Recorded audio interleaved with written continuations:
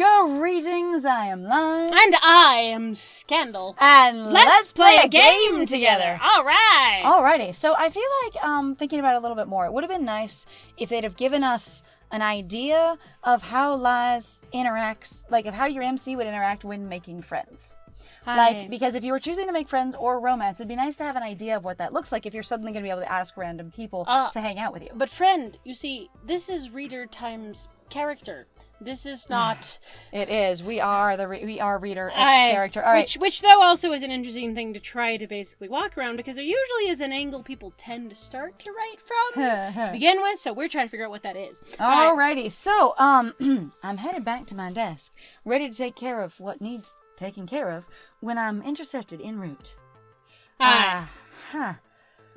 Lies, Ashley, you're both back. Good. I was hoping to catch you before we left.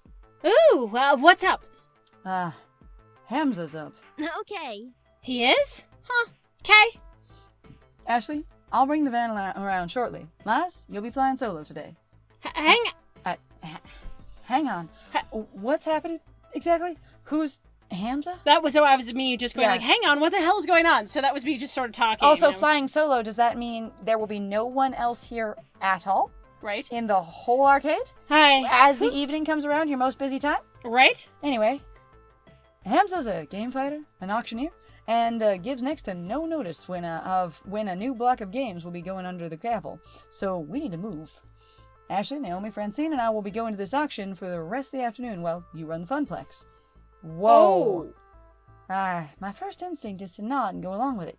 Gavin's the law around these parts. But Ashley's words are still dangling away in my mind. Oh, do you know what occurred to me? What? His pants are torn.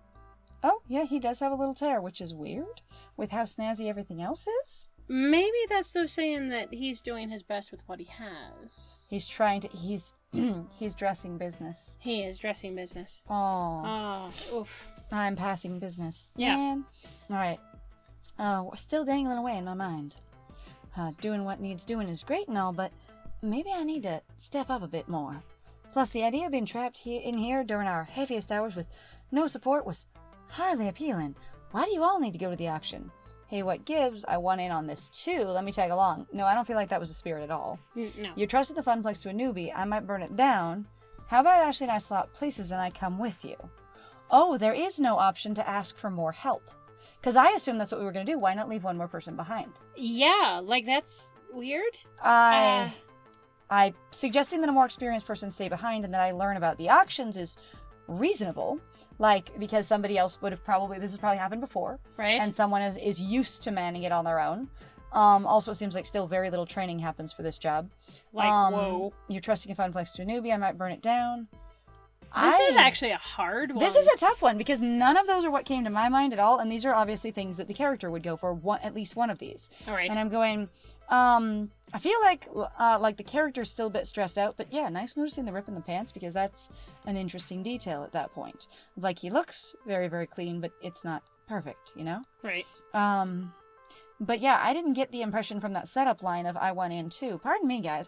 This is a little like I'm actually a little caught baffled. off guard. Yeah, I'm a little baffled actually. Like, this doesn't also flow very how well. about Ashley and I swap places rather than I'd like to learn about this kind of thing. Right. Feels a little different as well. So I honestly don't know.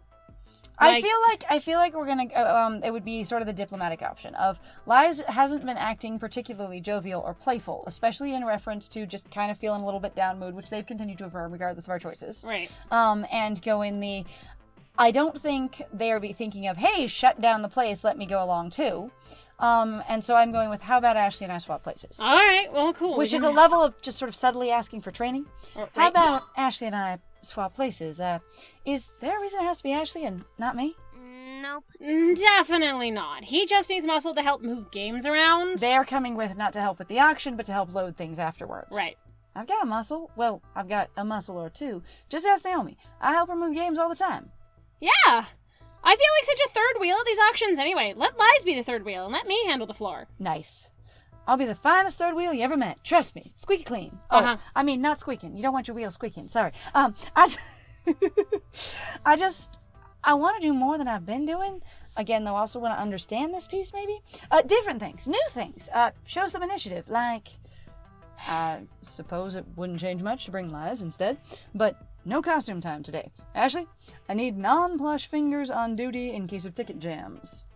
Pinky can stay in storage for the afternoon. I'm just happy to be helping folks out, one way or another. Hi, non-plush fingers. That's kind of adorable. There are bits of this dialogue that I still kind of love. Like, honestly, though, in some way, I'm going, does Ashley like working by herself? I don't know, but it sounded like she didn't... Whether or not she likes working by herself, it sounded like she didn't like going with, so it might just be the better of the options. Right, maybe? I don't know, because part of my brain's like, that seemed a little... Okay, but, you know... Or she could just be trying to help out. She also seems very young. Based on the experience of her, like, she reminded me a lot of you know, our former coworker, of just going, I'm into anime and cute little jackets and fun earrings and trying to find myself aggressively, you know? Yeah. Sort of just medium build, 20-year-old girl going, I don't know what I'm doing with my life. Ha! Uh-huh. And I want to cosplay and be trendy and work hard, but working hard sometimes means I will completely forget what I'm doing if something else sounds more fun. Yeah. Which is the please don't just go randomly put your costume on. Sounds like that kind of impulsive attitude. Mm-hmm. You know? All right. I need to go get the van. Wait out front, please. We'll probably be closed by the time you get back, so I'll see you in the morning. Floor attendant Ashley, away! Yeah, I don't think she's lying. I think she's happy to not be going. Leaving me waiting outside with my 2 traveling companions. Not much time to chat, however. Listen to that. I love the sound of the car pulling up. On the other hand, that sounded like a little bit more gravel, but still, I'm for it. Nice sound effect. As Gavin pulls his van and a rental trailer around. Is it actually his van? Oh my! How exciting! I rarely go on adventures these days. It's just a quick trip, ma'am. A quick trip? If we're not going to be back till after closing time, it's not that quick. Any trip is an adventure if you make it one. Shall we? Do you live in the Funplex, dear? I feel like she might live in the Funplex. I don't know. The 4 of us pile in, and it's off to the highway. We're going to have to tie those games down real good if we're going to be driving them back on the highway. Oh. Ooh, look at this.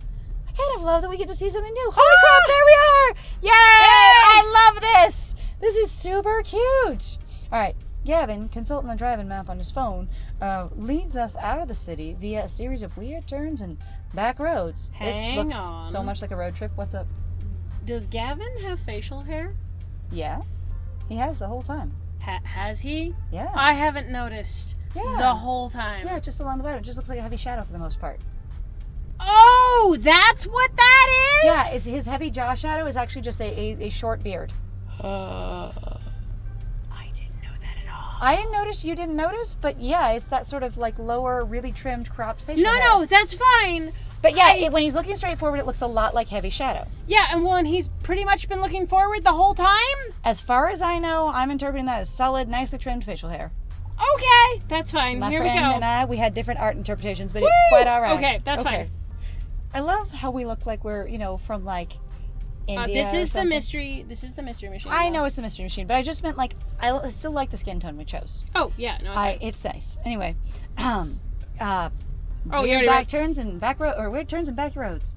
Like, trust me, this will save time in the long run. Where's Hamza set up this time? On site of some abandoned estate just outside town. It's about to be torn down, but they found a trove of arcade games in the basement. So he's gonna auction them like an estate sale. So exciting! I love arcade rates. Arcade auctions. Rates. Auctions. You guys got an arcade to English dictionary I could borrow? Huh. Francine, without looking up from her knitting, answers. That looks like sleeping, not knitting, but that's fine. A raid is when a bunch of collectors get together and rescue games before they can be junked by their original owner. Yes. An auction is when someone sells off their arcade games one at a time to a crowd of active bidders. So, which is this? A raid or an auction? It's both, dearie. Hamza, that sweet boy, buys up private collections before they can be thrown away. He rescues them from that terrible fate and then auctions off his finds. Sort of. Okay. Now I'm fuzzy on the sort of part. I'm the newbie here, remember? Well, okay, so Hamza obviously auctions off games for cash money, but he's a very whimsical kind of guy. Once I saw him trade off a vintage burger time in exchange for someone's super secret chili recipe, passed down through generations of family. In other words, he's just on the edge of being a loon. This would be a lot simpler if it was just a raid. We pay up front, we declare what games we want, and cart them away. Instead, he ambushes us with these impromptu auctions and makes us come down here to entertain his whims. Wonderful. This is like buying your way into a super secret exclusive party Yes. in, a role-playing game with forbidden chicken wings. Yes. That totally happened recently. It was pretty good, actually. I think it's sweet. He wants to make sure that games go to good homes, to people who really want them, even if they can't pay. And really, we should be honored we got an invitation. He's trying to cut out big franchise arcades like Deco's Palace and help the little guys, like us. It's inefficient and relies entirely on keeping on Hamza's good side. Which is a good point. Like, you can It's make people do some... unreliable as well, and also if you feel like you have to sort of do weird bribe one-upmanship, it can end up taking advantage of people, even if it sounds cute. Mm-hmm. Yeah. Huh? Gavin's right. This could be a lot simpler. I mean, it could be a lot simpler. That doesn't make him... He's not wrong, but that doesn't make him right over other people. Right? Helping out the little guys sounds good here. How did you meet this? I think we're going to go diplomatic, because I don't feel like lies would really take sides at this point. That's neutral. That's not diplomatic. No, that's what I mean. Sorry. Middle ground.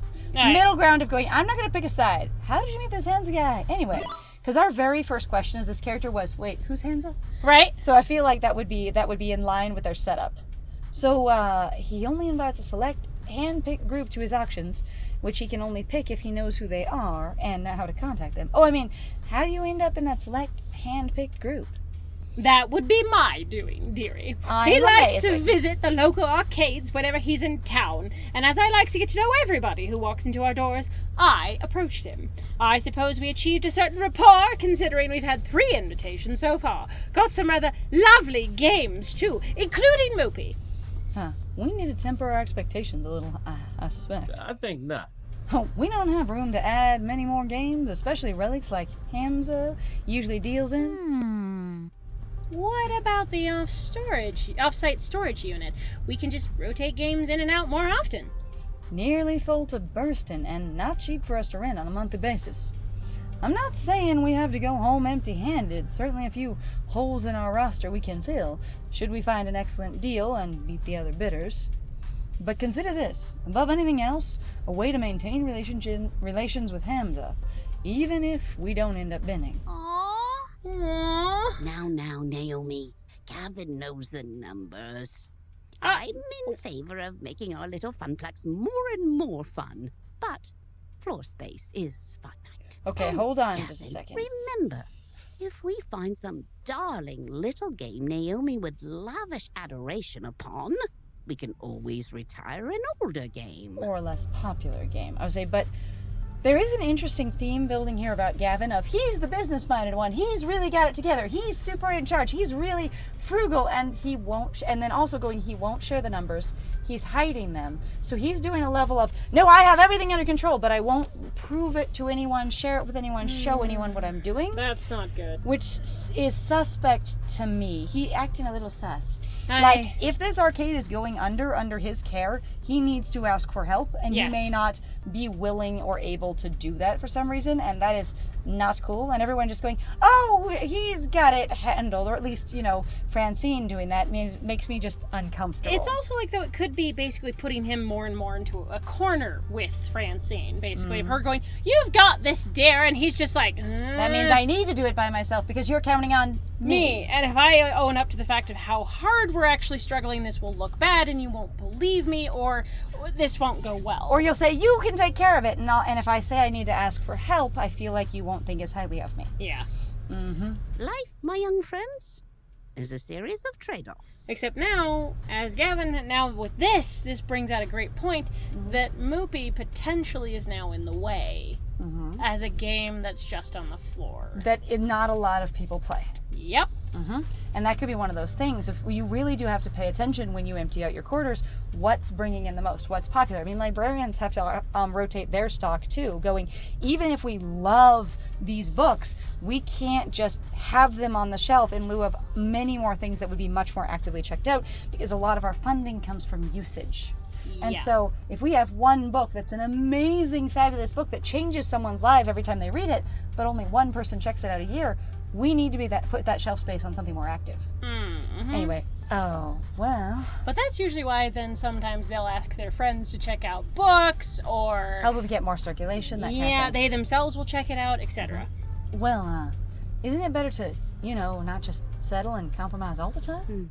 Well, now, there are trade-offs, and there are trade-offs. Trading off doesn't always mean settling. Yeah. It's silly to say that you should never compromise. As silly as it is to say you should always compromise.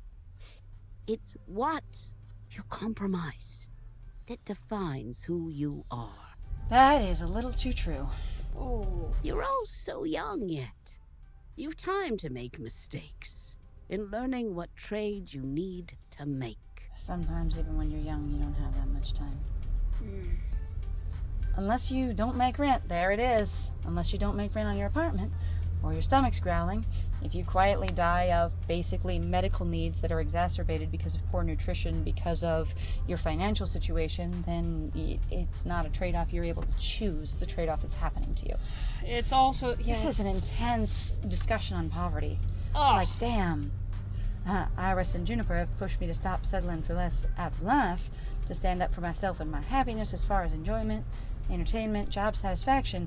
And boy howdy, am I starting to regret that trade-off. I mean, it's been good times at the Funplex, but I do make $8.50 an hour, I suspect. And also I'm going, this took you 2 weeks to get to this point. This is not good. No. This is bad. And also, again, if they weren't exaggerating and you're walking by their, bookshop every single day, you're working a full shift 7 days a week and barely making rent. Whoa. That's not cool. And eating pizza bagels and not doing other expenditures. Whoa. Someone could say, well, you're paying to dye and upkeep your hair, and that's possible, but that's not going to make that difference. Right. Not the time for introspection. Work to do. Let's just not get too deep in this particular car ride, shall we? New default topic, diversion, the weather. At least it's a nice day for an outing, right? I have to say right there is an indication of character. So those are kinds of things when I'm trying to build a character and play from their perspective. It's that type of thing. If things get too deep and heavy with this group or in these kinds of situations, this character is going to divert. And then that's the sort of thing that I'll lace in later when trying to make accurate decisions for having them be a person. Right. Well, at least it's a nice day for an outing, right? Poof! Oh my god. Oh, come on. Wonderful. Glad I packed plastic bags to wrap cabinets in just in case. They're those huge bags you guys used to use. Yep. Nice. That's our Gavin. Always thinking ahead. See, he's the organized, responsible one. Mm-hmm. Trying to protect your investments, huh? From Hasman's invitation. Hamza's. Sorry, from Hamza's invitation, it seems this arcade was largely abandoned and left to rot. I'd rather not add water damage to the ailments the games are already suffering. It's so sad when we come across a wonderful game that's just ruined beyond repair. Most collectors show their collections a lot of love, but others just don't care. You find old games in barns, exposed to the elements, falling apart. Sometimes people have inherited those games or had them given to them, so they have no reason to have personal investment in caring for them. Mm-hmm. Or those games can then have rough things attached to them, like uncomfortable memories, stressful times in your life. And so what you're trying to do is avoid stress, not specifically, let the game fall into disrepair. Yeah. I suppose this is one thing we can easily agree on. It's important to take care of your games. For their resale value, you mean? Broken games no fun to play with, and it's a shame to see a classic in terrible condition. Consider pinball. Pinball games are very prone to breakdowns, particularly older ones. They do have a lot of moving parts and a lot of it's plastic. They do. To experience them in their glory, you just need to show them care and keep them out of the sun so your plastic doesn't get hard and brittle. Yes. And that, I am telling you the truth, dudes. If you have a game, a toy, an object, a cool-ass thing that is made of plastic, and we'll talk about the plastic pollution problem later, keep it out of the sun.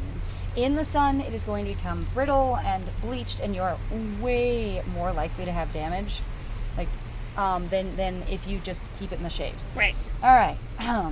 It feels, even beyond a busted gamer in no quarters, feels like a waste to allow an enjoyable game to lie fallow. A waste of true potential. I love that you used fallow. Yes. Good point. All right, so if anyone doesn't know the word fallow, because it's one that I didn't know for a long time when I was young, and I know we have a number of young viewers, fallow is a really cool word of letting something rest unused. So you let your field go fallow if you're a farmer and you're planting it and you stop planting it. You just let things basically go to waste. Now for a field, it's helpful, but it basically is a thing that's in unuse. Okay. Well, cool. Actually, well, guess what, though? We are out of time! So thank you very much, my dudes, for joining us. We will deal more with this unexpected storm, and apparently Naomi and Gavin actually getting along in the next one. So, yeah, I know, right? Very much thank you. So if you like what we do, please feel free to like, comment, subscribe, also share our videos if you're having a good time with us. Please also feel free to check out our Ko-Fi or Patreon. We've got some links in the description down below. And I have been Scandal. And I have been Lies. And it was great playing with you. Bye!